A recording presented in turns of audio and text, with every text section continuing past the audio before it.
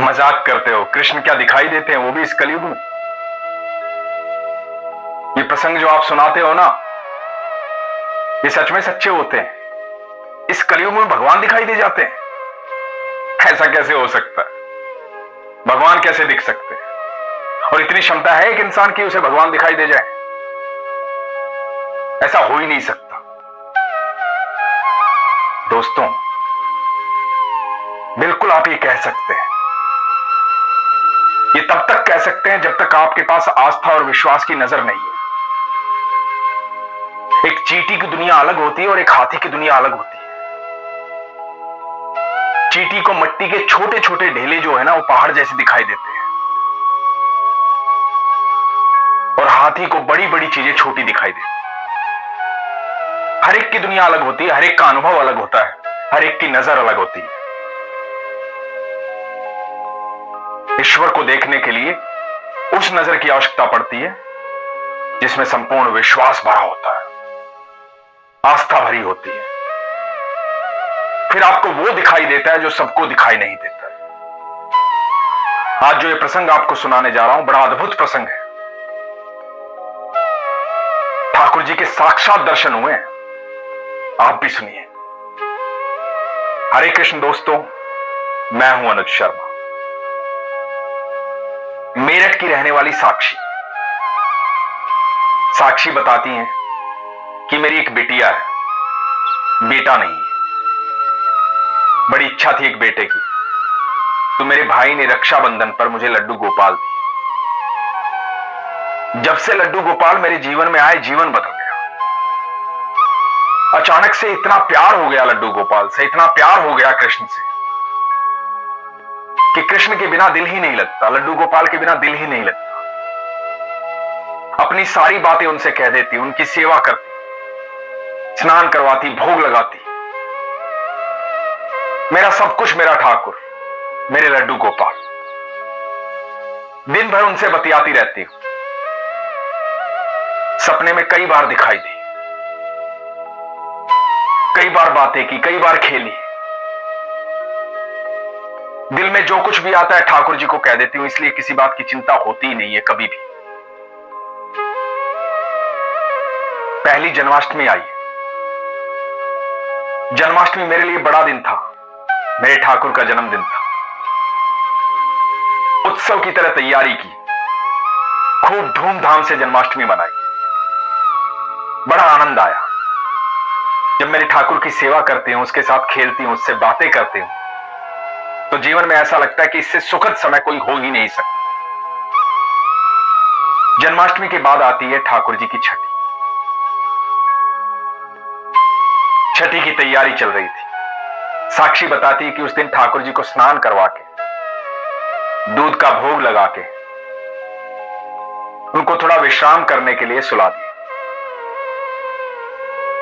अपने कमरे में। और उसके बाद मैं रसोई में चली गई, छठी की तैयारी कर रही थी। प्रसाद बनाना था, भोग बनाना था, कड़ी चावल बनाए। कड़ी चावल ठाकुर जी को अत्यंत प्रिय है, तो साक्षी ने कड़ी चावल बनाए, खीर बनाई।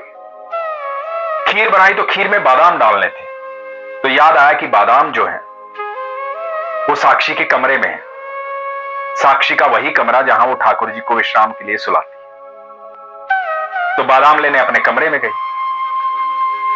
वहां इनका सोफा है, सोफे के ऊपर एक स्लैब है जहां पर ठाकुर जी सो रहे थे, विश्राम कर रहे थे इनके लड्डू गोपाल।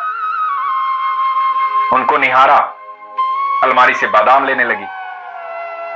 कमरे में साधारण रोशनी थी, जैसी रोशनी आमतौर पे कमरे में होती है, थोड़ी सी रोशनी जो आमतौर पे हर घर में, हर कमरे में होती है, वैसी रोशनी वहां भी थी।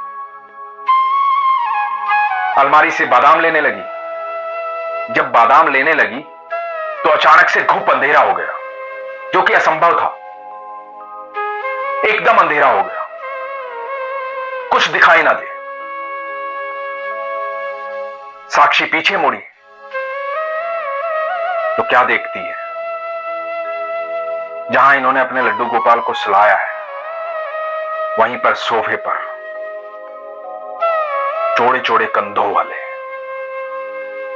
घुंघराले बालों वाले, मोर पंखधारी, मुकुटधारी, पीतांबरी पहने, नीले वर्ण के ठाकुर जी साक्षात बैठे हुए हैं।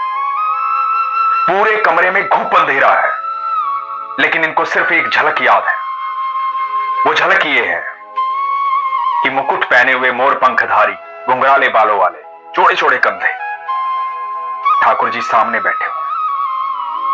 पल भर की बात थी, क्षण भर की बात थी। सामने ठाकुर जी को देखा और अचानक से आंखों के सामने पूरा अंधेरा छा गया, घुप अंधेरा हो गया। अपनी आंखें मली, शरीर कांप रहा था। आंखें मल करके आंखें खोली और देखा कमरे में उतनी ही रोशनी है जितनी रोशनी पहले थी। कुछ ही समय के लिए इतना घुप अंधेरा हुआ था और उस घुप अंधेरे में बैठे हुए थे ठाकुर जी। ठाकुर जी को साक्षात देखा साक्षी ने। पूरा शरीर कांप रहा था, पागलों की तरह रो रही थी, सोफे को देख रही थी, सोफे को छू रही थी। भाग करके ऊपर गई सासू मां के पास, जाकर रोने लगी। रोते रोते बता रही है कि मम्मी ठाकुर जी को देखा मैंने, मेरे कन्हैया आए थे, नीचे सोफे पे बैठे थे। वहां जा स्लैब पे अपने लड्डू गोपाल को सुलाया है ना, वहीं सोफे पर बैठे हुए थे मेरे ठाकुर। कमरे में अंधेरा हो गया था, मेरे ठाकुर को देखा, चौड़े चौड़े कंधे थे उनके, घुंघराले बाल थे, मुकुट पहने हुए थे, मोर पंखधारी ठाकुर जी, मैंने देखा है उनको। लगातार बोलती जा रही है पागलों की तरह, रोती जा रही है। सासू मां कहती है कि तेरी भक्ति का असर है, तो इतने मन से इतने चाव से अपने ठाकुर की सेवा करती है। भगवान तो साक्षात हर जगह है, जब आपकी आस्था होती है तो आपको दिखाई देते हैं।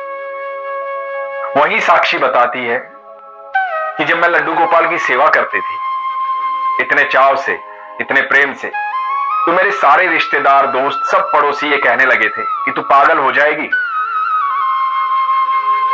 इतनी सेवा करती है, इतनी बातें करती है, हर समय कृष्ण कृष्ण कृष्ण कृष्ण, पागल हो जाएगी तू। ये पागल होना भी अच्छा है। जो पा लेता है ना वही पागल होता है। कौन पागल नहीं होना चाहेगा ठाकुर से मिलकर। ठाकुर आज दिखाई दे जाएं, आज मिल जाएं, उसके बाद क्या जरूरत है किसी बुद्धि की, किसी ज्ञान की, पागल ना होने की। जब सर्वेश्वर हमारे साथ है तो किसी चीज की भी आवश्यकता नहीं होती।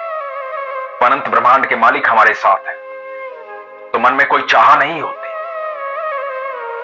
कोई इच्छा नहीं होती।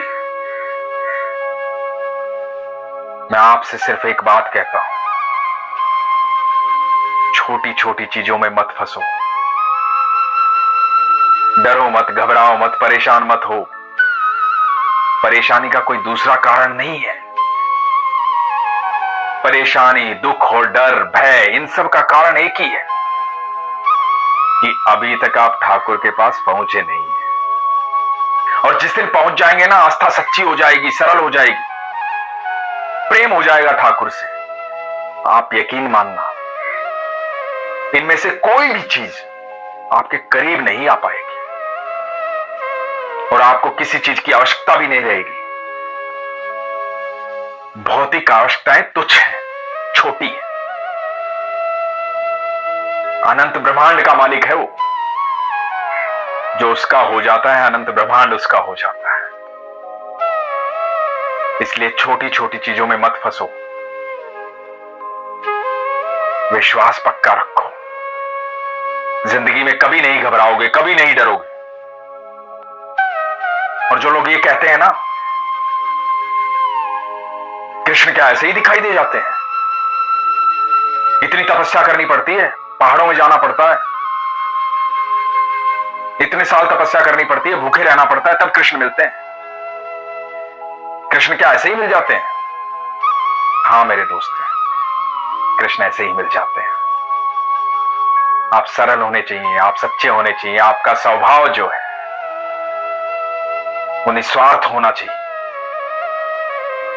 देखिए फिर आपके नेत्रों में वो ऊर्जा आएगी, वो दिव्य दृष्टि आएगी, जिससे आप ठाकुर जी को देख पाएंगे, क्योंकि ठाकुर जी तो हर समय आपके साथ हैं। जैसे ही विश्वास होगा वो आपको दिखाई देने शुरू हो जाएंगे। इसलिए हमेशा आपको कहता हूं, अपने विश्वास को मजबूत रखिए, अपना ख्याल रखिए। हरे कृष्ण।